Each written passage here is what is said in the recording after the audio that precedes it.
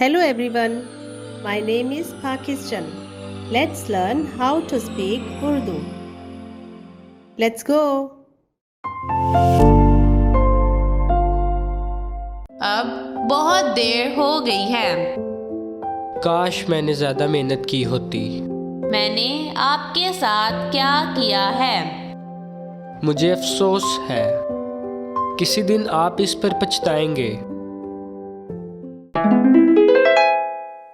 अब बहुत देर हो गई है। अब बहुत देर हो गई है। अब बहुत देर हो गई है।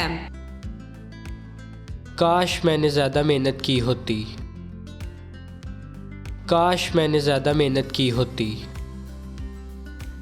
काश मैंने ज़्यादा मेहनत की होती। मैंने आपके साथ क्या किया है?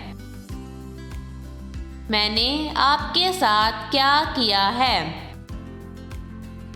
मैंने आपके साथ क्या किया है? मुझे अफसोस है। मुझे अफसोस है। मुझे अफसोस है। किसी दिन आप इस पर पछताएंगे। किसी दिन आप इस पर पछताएंगे। किसी दिन आप इस पर पछताएंगे। See you again.